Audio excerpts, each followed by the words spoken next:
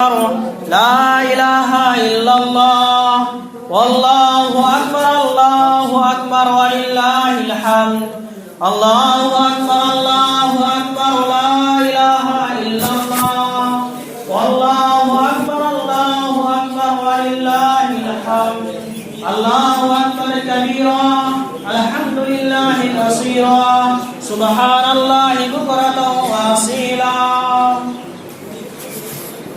الحمد لله نحمده ونستعينه ونستغفره ونؤمن به ونتوكل عليه ونعوذ بالله من شرور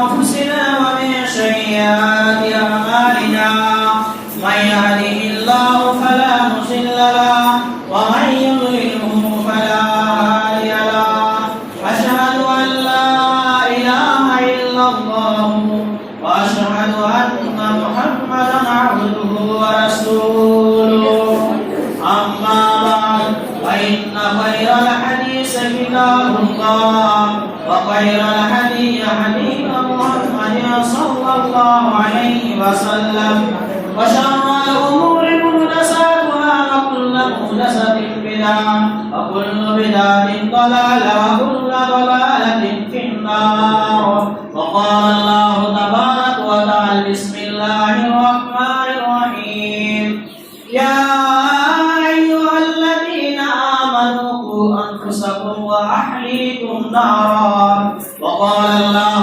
تبارك وتعالى بسم الله الرحمن الرحيم وقالوا لو كنا نسمع أو نعقل ما كنا في أصحاب السعير وقال النبي صلى الله عليه وسلم عن أبي هريرة أن رسول الله صلى الله عليه وسلم قال كل أمتي يدخلون الجنة إلا من أبى وقال النبي صلى الله عليه وسلم كل راع وكل مسؤول عن رعيته শ্রদ্ধেয় এই গ্রামের বাবা ও ভাইরা ও আমার পর্দা নাসিনা মা ও বোনেরা, সমস্ত প্রশংসা সমস্ত গুণগান গুণকীর্তন আরাধনা আর্চনা সেই মহান আল্লাহ পাক রব্বুল আলামিনের নিমিত্তে। বক্তব্য শুরু করার আগে একটা কথা বলি, যদি আপনারা নামাজ পড়তে যদি চলে যান তাহলে এটা ল্যাজ কাটা দুম্বা হয়ে যাবে। একটা ল্যাজ কাটা দুম্বা যেমন মানুষের সামনে বা গরু ছাগলের সামনে তাকে দেখতে ভালো লাগে না, আপনারা যদি শুধু নামাজ পড়েন যদি বক্তব্য না শুনেন তাহলে সেটা ল্যাজ কাটা একটা গরু ছাগলের মতো হয়ে যাবে। আমি বাদ থেকে দেখতে পেয়েছি আমার মা ও বোনেরা তারা চলে যাচ্ছেন।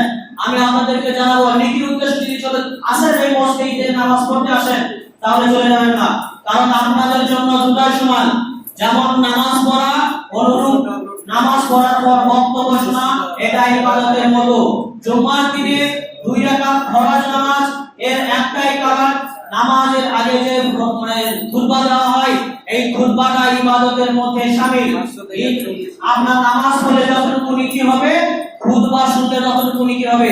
নামাজ শেষে অনেকজন চলে যাচ্ছেন, আমি আপনাদেরকে জানাবো যে এই সত্যিকারের নেকির উদ্দেশ্যে আসেন তাহলে আসুন বক্তব্য শুনুন, আর যদি নেকির উদ্দেশ্যে যদি না আসেন তাহলে আপনাদের যেতে পারেন, আমি আপনাদেরকে বাধা দিব না। তাই বক্তব্যের দিকে এগিয়ে যায়। অকাল নবী সাল্লাল্লাহু আলাইহি ওয়াসাল্লাম যেটা বলেছেন, সমস্ত প্রশংসা সমস্ত গুণগান গুণকীর্তন আরাধনা আর্চনা সেই মহান আল্লাহ পাক রব্বুল আলামিনের নিমিত্তে, যে মহান আল্লাহ পাক রব্বুল আলামিনের অশেষ রহমতে অশেষ মেহেরবানিতে আজ আমরা বিগত একটি মাসকে আল্লাহ পাক রব্বুল আলামিনের বিধিবিধান অনুযায়ী রোজা পালন করলাম। আলহামদুলিল্লাহ, যারা আমরা রোজা পালন করলাম তাদেরও দিন কাটলো, আর আমরা যারা রোজা পালন করলাম না তাদেরও কিন্তু দিন কাটলো। যারা সুস্থ সবল শরীরকে পেয়ে এই রমজান মাসকে পেয়ে যারা এই রোজা পালন করতে পারলো না, সিয়ামরত অবস্থায় থাকতে পারলো না, সিয়াম পালন করলো না, তাদের মতো হতভাগা মানুষ এই পৃথিবীতে খুঁজে পাওয়া যায় না। আর যারা আলহামদুলিল্লাহ আমরা রোজা পালন করলাম তারা আমরা সফলতা তাদেরই জন্য রয়েছে আজকে পুরস্কার বিতরণ।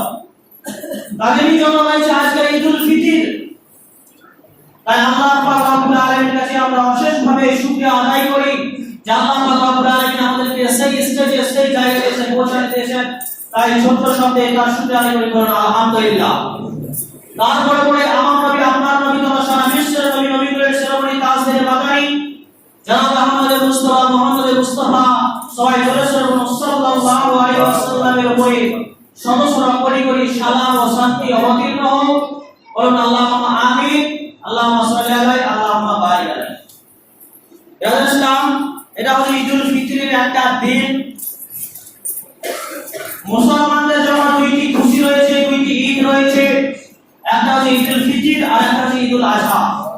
আজকে হচ্ছে ঈদুল ফিতর, মানুষের জন্য এটা হচ্ছে কল্যাণময় একটা দিন। এই দিনে আল্লাহ তাবারক ওয়া তাআলা যে আমাদেরকে বলেছেন যে তোমরা একটি মাস সিয়াম পালন করো, সিয়াম পালন করে আমি তোমাদেরকে নিজ হাতে তার মূল্য দিব। তা আজকে সেই মূল্য পাওয়ার জন্য আমরা এই ঈদগাহে নামাজ পড়তে এসেছি। ঈদগাহে মানে এটা হচ্ছে একটা ধরনের আজকের জন্য ঈদগাহ। মানুষরা এই ঈদগাহে আসে, এই নামাজ পড়তে আসে অন্য কোনো কারণ নিয়ে নয়, অন্য কোনো উদ্দেশ্য নিয়ে নয়। এই দিনটাতে মানুষ আসে নিজের পাপকে মোচন করার জন্য, পাপগুলোকে ক্ষমা করার জন্য, পবিত্র হওয়ার জন্য। আমরা যে একটি মাস রোজা পালন করেছি, এই রোজা পালন অবস্থায় যে আমরা আল্লাহ পাক রব্বুল আলামিনের শুকরিয়া আদায় করব, তার অন্যতম দিন হচ্ছে ঈদুল ফিতর। যেদিনে আল্লাহ পাক রব্বুল আলামিন অনেক বান্দা এবং অনেক বান্দীকে তিনি ক্ষমা করে দিয়ে থাকেন। কারণ আপনারা সকলেই জানেন যে আমি যদি একটা মাঠে কাজ করতে যাই, মুনিশ যাই, তাহলে আমাকে কিছু টাকা পয়সা দেওয়া হয় তার মজুরি হিসেবে। তো আল্লাহ পাক রব্বুল আলামিন আমাদেরকে এতদিন খাটালেন, এক মাস ধরে আমরা আল্লাহর কাজ করলাম, আজকে আমরা তার মূল্য দিতে এসেছি। তো মূল্য কারা পাবে? যারা আমরা রোজা পালন করেছি তারা পাবে মূল্য, আর যারা রোজা পালন করেনি তাদের মূল্য দেওয়ার কোনো দরকার নেই, তাদেরকে মূল্য দেওয়া হবে না, কারণ তাদের নাম আল্লাহ তাবারক ওয়া তাআলা এই লিস্টে পৌঁছায়। আমি আয়াতের দিকে ফিরে যাই। আল্লাহ পাক রব্বুল আলামিন মানুষকে কয়েকটা জিনিস থেকে বেঁচে থাকার জন্য নির্দেশ দিয়েছেন, আদেশ দিয়েছেন। আল্লাহ পাক রব্বুল আলামিন কোরআন পাকের মধ্যে তিনি বলেছেন, ইয়া আইয়ুহাল্লাযীনা আমানু কু আনফুসাকুম ওয়া আহলিকুম নার from the hell fire of জাহান্নাম। এই আয়াত থেকে সামনে রেখে আজকে আমার বিষয়বস্তু কি করব, মা তৌফিক ইল্লা বিল্লাহ। এই আয়াতটাকে আমি বারবার অপেক্ষা করব মানুষদেরকে বোঝাবার জন্য। আল্লাহ তাআলা বলেছেন, ইয়া আইয়ুহাল্লাযীনা আমানু কু আনফুসাকুম ওয়া আহলিকুম নার, এর অর্থ from the hell fire of জাহান্নাম। আল্লাহ পাক রব্বুল আলামিন বলেন, হে ইমানদারগণেরা, যারা তোমরা আল্লাহকে বিশ্বাস স্থাপন করেছো, যারা একবারে বিশ্বাস স্থাপন করেছো, যারা আল্লাহকে তোমরা মানো, তোমরা কি করো? তোমরা জাহান্নামের আগুন থেকে বাঁচো এবং তোমার পরিবার পরিজনকে জাহান্নামের আগুন থেকে বাঁচাও। আল্লাহ তাবারক ওয়া তাআলা আমাদেরকে প্রথমে নিজে বাঁচতে বলেছেন, তারপরে আমার পরিবার পরিজনকে জাহান্নামের আগুন থেকে বাঁচতে বলেছেন। জাহান্নামের আগুন কত ভয়াবহ, কত কঠিনতম হবে। আল্লাহ পাক রব্বুল আলামিন তিনি বলেছেন, আমি যে জাহান্নামের আগুনকে, অঙ্গানকে যে তৈরি করেছি, এই পৃথিবীর যে সবথেকে কঠিনতম কঠিন আগুন রয়েছে, ওই আগুনের থেকে 70 গুণ বেশি ওই জাহান্নামের আগুন উত্তপ্ত হবে। একবার চিন্তা করুন, এই পৃথিবীর যে উত্তপ্ত আগুন, ওই আগুন আমরা সহ্য করতে পারি না। আমার গায়ে আমার হাতে যদি লাগে তাহলে আমার হাত থেকে জ্বালিয়ে পুড়িয়ে ছাই করে দেয়। তার থেকে 70 গুণ বেশি হবে ওই জাহান্নামের আগুন। আর ওই জাহান্নামের আগুনকে আল্লাহ তাবারক ওয়া তাআলা তিনি বলছেন, আমি ওই জাহান্নামের অঙ্কন করব। ওই জাহান্নামের যে জ্বালানি থাকবে সেটা কোনো কাঠ খড়ি কয়লা নয়, সেটা থাকবে মানুষ আর পাথর। আল্লাহ তাবারক ওয়া তাআলা ওই জাহান্নামের আগুনকে মানুষ দিয়ে আর পাথর দিয়ে তিনি ওই অঙ্গনকে উত্তপ্ত করবেন, জ্বালাবেন। একবার চিন্তা করুন, মানুষ তো চলতে পারে না, সত্য, মানুষ চলতে পারে ঠিকই আছে, পাথর কেমন করে চলে, পাথর কেমন করে উঠতে পারে? আপনার চিন্তার ভাবনার বাইরে হবে যে পাথর উঠলে কত কঠিন আপনার আগুন হবে, ওই আগুনে মানুষকে ফেরানো হবে। আল্লাহ তাবারক ওয়া তাআলা সূরা 169 থেকে 179 নম্বর আয়াতে তিনি বলছেন, ওয়ালাকাদ যারানা লি জাহান্নামা কাসীরাম মিনাল জিন্নি ওয়াল ইনস, আমি এই জাহান্নামকে সৃষ্টি করেছি, এই জাহান্নামকে তৈরি করেছি মানুষ এবং জিন জাতির জন্য। এখানে মানব সম্প্রদায়কে এবং জিন জাতিকে এই জাহান্নামের মধ্যে ফেরানো হবে। কোন কীট পতঙ্গকে নয়, কোন পশু পাখিকে নয়, এখানে মানুষকে এবং জিন জাতিকে ওই জাহান্নামের মধ্যে ফেরানো হবে।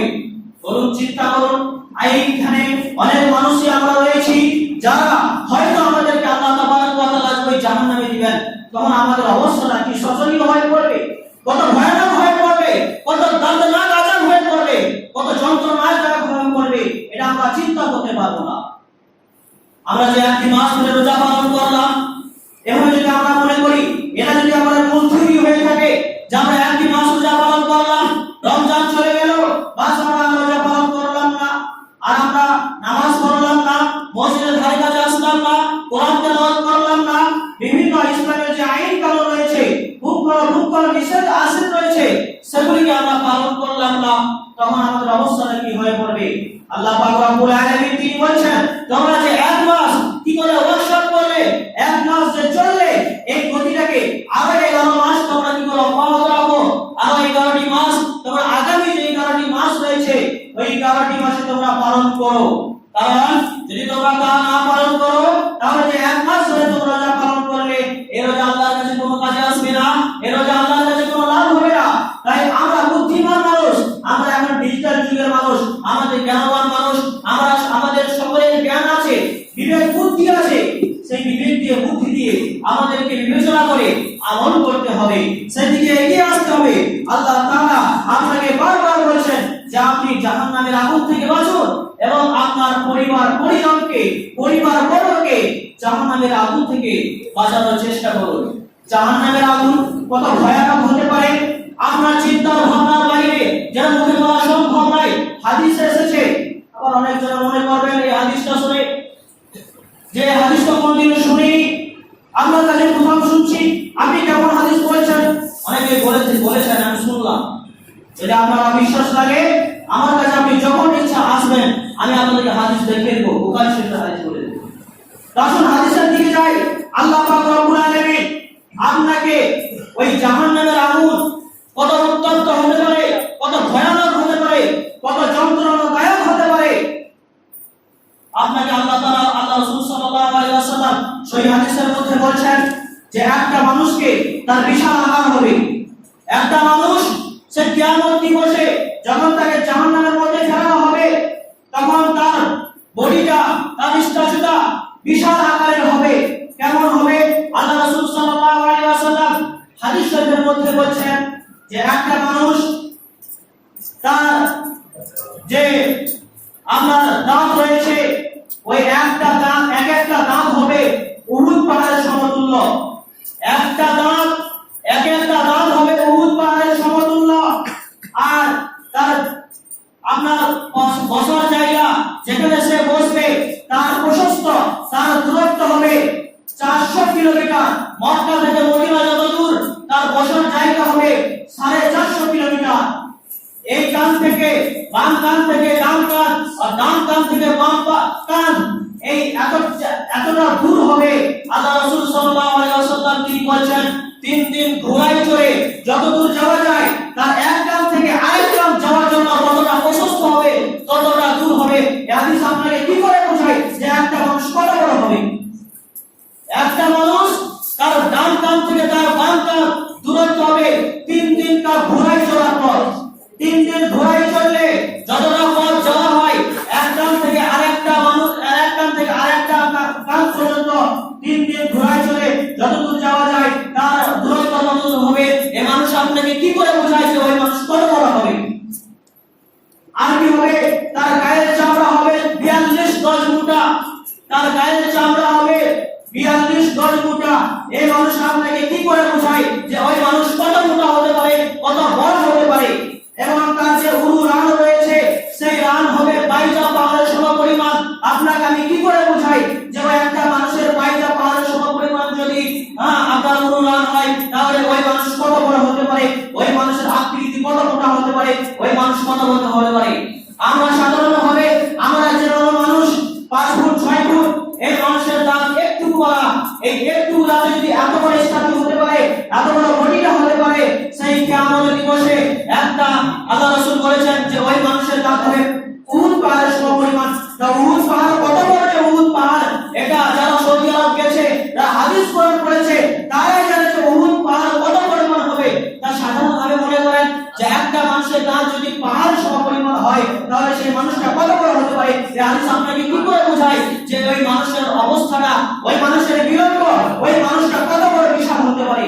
ওই মানুষকে আল্লাহ তাবারাক ওয়া তাআলা যখন তিনি জাহান্নামে দিবেন, ওই বিশাল আকারের মানুষকে আল্লাহ তাবারাক ওয়া তাআলা যখন জাহান্নামের মধ্যে ফেলবেন, আল্লাহ রাসূল বলেন ওই মানুষ নিমেষের মধ্যে, সেকেন্ডের মধ্যে যেন তার গাগুলো ঝলসে দেওয়া হবে, তার গাগুলো ঝলসে দেওয়া হবে, তাকে পুরো ছাই করে দেওয়া হবে, এমন ভাবে তাকে আযাব দেওয়া হবে। ওই জাহান্নামের আগুনকে আপনাকে কি করে বোঝাই ওই জাহান্নামের আগুন কত কঠিন হবে? ওই জাহান্নামের আগুন কত কঠিন হবে যে এত বড় বিশাল আকারের মানুষকে আল্লাহ তাবারাক ওয়া তাআলা সেকেন্ডের মধ্যে, নিমেষের মধ্যে তাকে পুরো ছাই করে দেওয়া হবে, তার গাগুলো যেন ঝলসে দেওয়া হবে। এই হাদিস আপনাকে কি করে বোঝায়? এইভাবে করে আপনাদের শাস্তি প্রয়োগ করা হবে, আপনাকে শাস্তি দেওয়া হবে। জাহান্নামের মধ্যে আপনি যখন যাবেন, জাহান্নামে যখন মানুষ দেওয়া হবে, আল্লাহ পাক রব্বুল আলামিন তার ফেরেশতাদেরকে বলবেন এই মানুষকে আযাব দাও, তাদের বিভিন্ন ভাবে আযাব দেওয়া হবে, এমন ভাবে আযাব দেওয়া হবে। আল্লাহ রাসূল সাল্লাল্লাহু আলাইহি ওয়াসাল্লাম হাদিস শরীফের মধ্যে বলেছেন যে তাকে হাতুড়ি দিয়ে পিটানো হবে, আর এমন ভাবে হাতুড়ি দিয়ে তাকে মারা হবে যে তার হাতটিগুলো যেন ছেঁচড়ে পড়বে, তার হাড়টি পাঁচটিগুলো যেন একটা ধুলার মতো হয়ে যাবে, তার বস্ত্রগুলো যেন ছেঁচড়ে পড়বে, এমন ভাবে তাকে আযাব দেওয়া হবে। হাদিস আপনাকে কি করেছে? আপনি বলছেন যে আমি আর তো 7 বছর 70 বছর পেয়েছি, এদিকে পেয়েছি, এই হাদিসগুলো কি একবার চিন্তা ভাবনা হয় না যে আমি এই 7 বছর 70 বছর আয়ুকে পেয়ে, এই দিনকে পেয়ে আমি আল্লাহ যখন মারা যাব, আমার অবস্থাটা এমন কি হয়ে আছে? আমি এখন মৃত্যু শয্যায়, মৃত্যুর সারিতে দাঁড়িয়ে আছি, না ওই দাঁড়ানো লাইন থেকে না পিছনে যেতে পারছি, না ওই লাইন থেকে আমি ভেঙে অন্য লাইনে যেতে পারছি, না ওই লাইন থেকে আমি দূরে সরে যেতে পারছি। প্রত্যেকটি মানুষের আগে কিংবা পিছনে মানুষ দাঁড়িয়ে আছে, মৃত্যুর লাইনে দাঁড়িয়ে আছি। আমরা প্রত্যেকটি মানুষ মৃত্যুর লাইনে দাঁড়িয়ে আছি, মৃত্যুর লাইনে অবধারিত আছি। কখন আমাদের মৃত্যু চলে আসবে সেই দিকে আমরা উপেক্ষা করি না, সেই দিকে আমরা কিন্তু চাই না। আমরা এই দুনিয়ার ভিতরে লোক লালসায়, আমরা আকাঙ্ক্ষায়, এই দুনিয়ারই মোহে পড়ে আমরা দুনিয়াকে পেয়ে, টাকা পয়সা মালমাত্রা স্ত্রী স্বজনকে পেয়ে আমরা আল্লাহকে ভুলে গেছি, আমরা আল্লাহর দিন আমল করি না। আজ এই দেখা গেছে কালকে রমজান শেষ, আর আজকে মানুষ মসজিদে করতে শুরু করে দিয়েছে। আপনি কিভাবে আল্লাহকে ভুলছেন? আপনি কিভাবে আল্লাহকে মানছেন? এভাবে কি আল্লাহকে মানা যায়? আল্লাহর সাথে ঠাট্টা বিদ্রোহ চলে না। আল্লাহকে মানতে গেলে সঠিকভাবে মানতে হবে, আল্লাহর সামনে আপনাকে মাথা নত করতে হবে। ইসলাম হচ্ছে ইসলাম হচ্ছে কমপ্লিট কোড অফ লাইফ, অর্থাৎ সম্পূর্ণ ইসলাম হচ্ছে সম্পূর্ণ বিধিবিধান। ইসলামের কাছে আপনার যত আইন কানুন রয়েছে, আপনার যত শিক্ষা রয়েছে, আপনি যা কিছু করেন না কেন, ইসলামের কাছে আপনাকে মাথা টিকে দিতে হবে, আপনাকে মাথা নিচু করতে হবে। কারণ ইসলাম শব্দের অর্থ আত্মসমর্পণ করা। আপনি যাই কিছু বলেন না কেন, পৃথিবীর বুকে যা কিছু করেন না কেন, ইসলাম যা কিছু করছে, ইসলামের মধ্যে যা কিছু আছে, আপনাকে মাথা পেতে সেটাকে মেনে নিতে হবে। ইসলাম থেকে পিছিয়ে রাখা যাবে না। আপনি যদি ইসলামকে আজকে এই দুনিয়াতে যদি তুচ্ছ মনে করেন, তাহলে পরকালের জীবনে আপনাকে খুবই আযাব পেতে হবে। এই দুনিয়াকে আপনার ভালোবাসায় কাটালে হবে না, এই দুনিয়াকে মোহে পড়ে আপনাকে বেশি কিছু চললে হবে না। এই দুনিয়াকে আপনাকে মেনে আপনাকে এই দুনিয়ার ভিতরে বেশি বেশি করে আমল করতে হবে, সলে আমল করতে হবে, নেক আমল করে যেতে হবে। যদি আপনি এই দুনিয়ার ভিতরে নেক আমল করে যেতে পারেন তাহলে তবেই কিন্তু আপনি সাফল্যকামী হতে পারবে ওই কিয়ামতের দিবসে। আর যদি আপনি এই দুনিয়ার ভিতরে ভয়ভক্ত করে আপনার সময়টুকু যদি ব্যয় করে দেন তাহলে কিন্তু আপনার অবস্থাটা জাহান্নামের মধ্যে যেতে হবে। আপনি আমার বাপ, আপনি আমার ভাই, আপনাকে আমি কিভাবে জাহান্নামে যেতে পারি? আমার কি মনে কষ্ট হয় না? আপনি আমার মুসলমান ভাই, আপনাকে আমি কিভাবে আঘাত দিতে পারি? একজন মানুষ আর একজন মানুষকে কষ্ট দিয়ে থাকে এই রমজান মাসে আমরা কিভাবে দিতে পারি? আজ এইটা ঈদুল ফিতরের দিন, এটা হচ্ছে খুশি কাটার দিন, একে অপরে আনন্দ খুশি। হ্যাঁ, আপনারা ভাতৃত্ববোধকে বজায় রাখবেন। হয়তো এই দুনিয়ায় বসবাস করতে গিয়ে মেয়ে ছেলেদের ভূখণ্ড করে আপনারা আপনাদের স্ত্রীকে ভূখণ্ড করে ভাইয়ের সাথে ভাই, মায়ের সাথে বেটা, বাপের সাথে বেটা, এইভাবে করে আমরা ঝগড়া বিবাদ সৃষ্টি করে আছি। মনে রাখবেন এটা হচ্ছে খুশির দিন। আর ঈদুল ফিতর, ফিতর শব্দের অর্থ হলো একে অপরের খাওয়ানো। আপনারা যে যার সাথে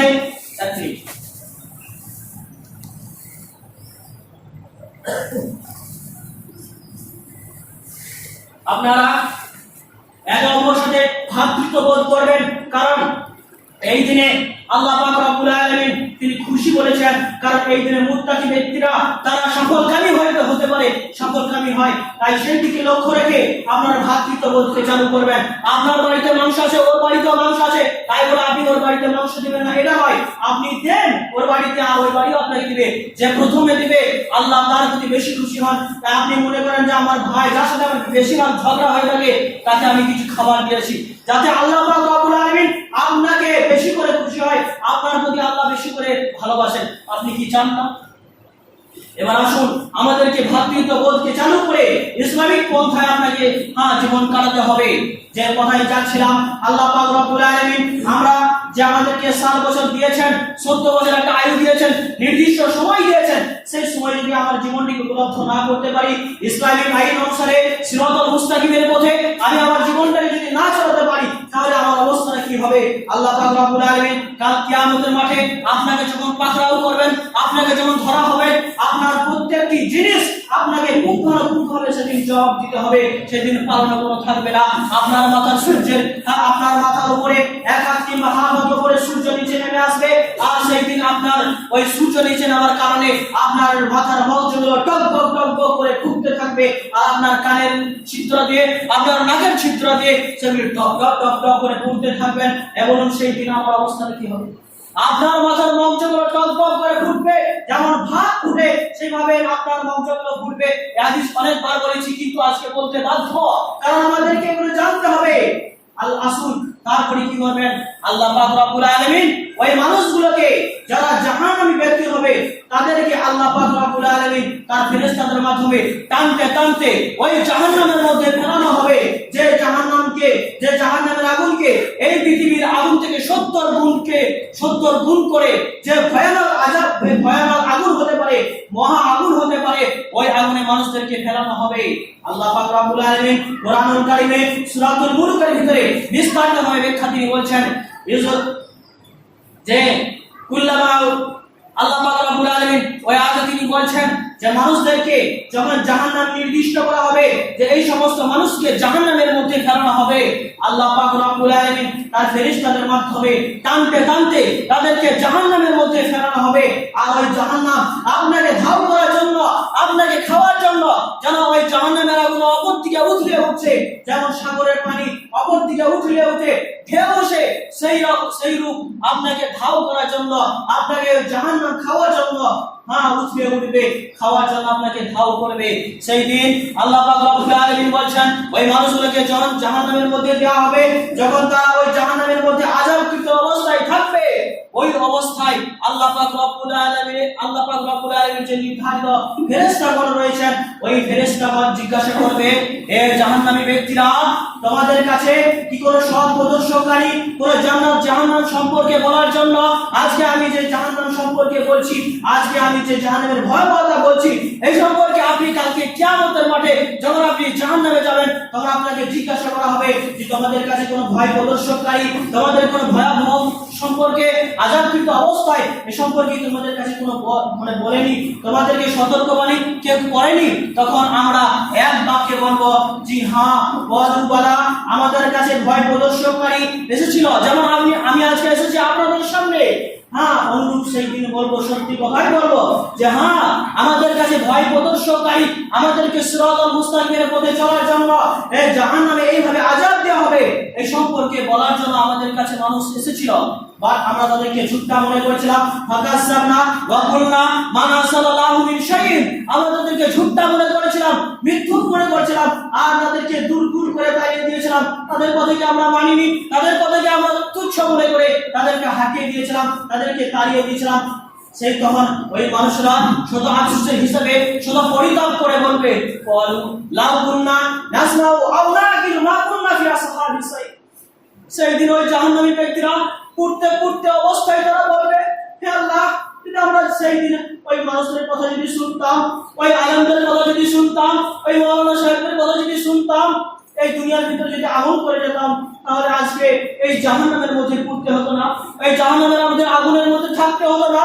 এই হাদিস আপনাকে কি করে বোঝায় যে ওই জাহান্নামের কত ভয়ানক হবে, ওই জাহান্নাম কত আযাবকৃত হবে, এই জাহান্নাম আপনাকে কত কষ্ট দিবে, এগুলা এই হাদিস আপনাকে কি করে বোঝায়? আপনার যদি জ্ঞান বিবেক না থাকে, এই মাওলানা সাহেবদের কথা আজকে আপনি তুচ্ছ মনে করছেন, মৃত্যু মনে করে আপনি দূর করে তাড়িয়ে দিচ্ছেন, যে মাওলানা সাহেবরা বলেই থাকে এটা তো ডিউটি, তারা তো করবে, এইভাবে মনে করে তাদেরকে তুচ্ছ মনে করছেন। কিন্তু মনে রাখবেন, এই পরিস্থিতিটা, এই সময়টা সকল মানুষের জন্য আসবে যারা এই পৃথিবীকে বেশি করে উপলব্ধ করবে, বেশি এই পৃথিবীকে নিয়ে পড়ে থাকবে, তাদের জন্য খুবই শোচনীয় হয়ে পড়বে। আল্লাহ পাক রব্বুল আলামিন আপনাকে বারবার করে বলছেন, ইয়া আইয়ুহাল্লাযীনা আমানু কু আনফুসাকুম ওয়া আহলিকুম নারা। আল্লাহ পাক রব্বুল আলামিন আপনাকে সতর্ক করে বলছেন, হে মানুষরা, তোমরা শোনো, তোমরা জাহান্নাম থেকে বাঁচো এবং জাহান্নামের আগুন থেকে বাঁচো, এবং তোমরা পরিজনকে ওই জাহান্নামের আগুন থেকে বাঁচাও। আল্লাহ পাক রব্বুল আলামিন আপনাকে সতর্ক করে বলছেন, হে মানুষ, তুমি শোনো, কুল্লু রাইন ওয়া কুল্লু মাসউলুন আন রাইতিহি। তুমি হচ্ছে বাড়ির গার্জেন, তুমি হচ্ছে বাড়ির প্রফেসর, তুমি হচ্ছে বাড়ির গার্জেন। তুমি কি করো? তোমার বাড়িটাকে, তোমার পরিজনকে সঠিকভাবে চালাও। তুমি কি হলে একটা গার্জেন, তুমি হচ্ছে একটা দায়িত্বশীল। তোমার দায়িত্ব আছে যে আমি নামাজ পড়ছি, আমার ছেলেমেয়ে নামাজ পড়ে না, আমার স্ত্রী স্বজন নামাজ পড়ে না, আমার বৌমা তারা নামাজ পড়ে না। আপনি বাধ্য, আপনি আপনার আহলে আয়াতকে, আপনার পরিজনকে আপনি জাহান্নামের আগুন থেকে বাঁচানোর জন্য আপনি হচ্ছে দায়িত্বশীল, আপনি বাধ্য। আর আপনি যদি না করেন, তাহলে এই সম্পর্কে কালকে কিন্তু আপনাকে ছাড়া হবে না, কালকে কিন্তু আল্লাহ পাক রব্বুল আলামিন আপনাকে পাকড়াও করবেন এবং আপনাকে জিজ্ঞাসা করা হবে। সেদিন আপনাকে পুঙ্খানুপুঙ্খভাবে জবাব দিতে হবে। সেদিন খুবই শোচনীয় হয়ে পড়বে। আজ এই দুনিয়াটা হলো মানুষের জন্য একটা বাজার স্বরূপ, এই মানুষের জন্য হচ্ছে বাজার স্বরূপ। এই দিনে আমাদেরকে কি করতে হবে? ভালো করে আমল করতে হবে, ভালোভাবে বিশ্বাস করতে হবে, আর সেই দিকে উপেক্ষা করে আমাদেরকে বেশি করে আমল করতে হবে, আমাদেরকে গাইড করতে হবে আমার পরিজনকে। আমি যদি আমার পরিজনকে যদি গাইড না করতে পারি, তাহলে খুবই ভয়াবহ হয়ে পড়বে। আল্লাহ পাক রব্বুল আলামিন এই সমস্ত দিক থেকে আপনাকে বাঁচার জন্য একটা পথ বলে দিয়েছেন। আসুন আল্লাহ পাক রব্বুল আলামিনের সেই পথটা জানি। আল্লাহ পাক রব্বুল আলামিন কোরআনুল কারীমে তিনি বলেছেন, ওয়া আম্মা মান বাকিলা ওয়াসতাগনা ওয়া কাযাবা বিল হুসনা ফাসানুয়াসসিরহু লিল ইসরা।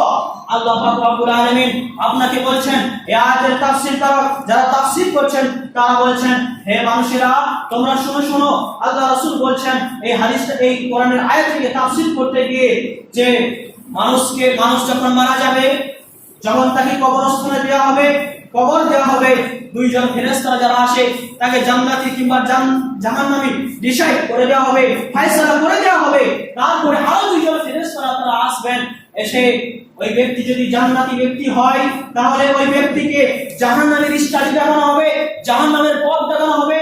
আর ওই মানুষকে বলা হবে, হে মানুষ, তুমি শোনো, তুমি আজকে তোমার আমলকৃত অবস্থায় তোমার আমল ভালো ছিল, তুমি পৃথিবীকে বেশি অগ্রাধিকার দাওনি, তুমি এই মানে পরকালকে বেশি করে অগ্রাধিকার দিয়েছিলে, বেশি করে আমল করেছিলে, নেক আমল করেছিলে, সলে আমল করেছিলে, সিরাতাল মুস্তাকিমের পথে গিয়েছিলে, তাই তোমার কারণে তোমাকে আজকে জান্নাতে দেওয়া হয়েছে।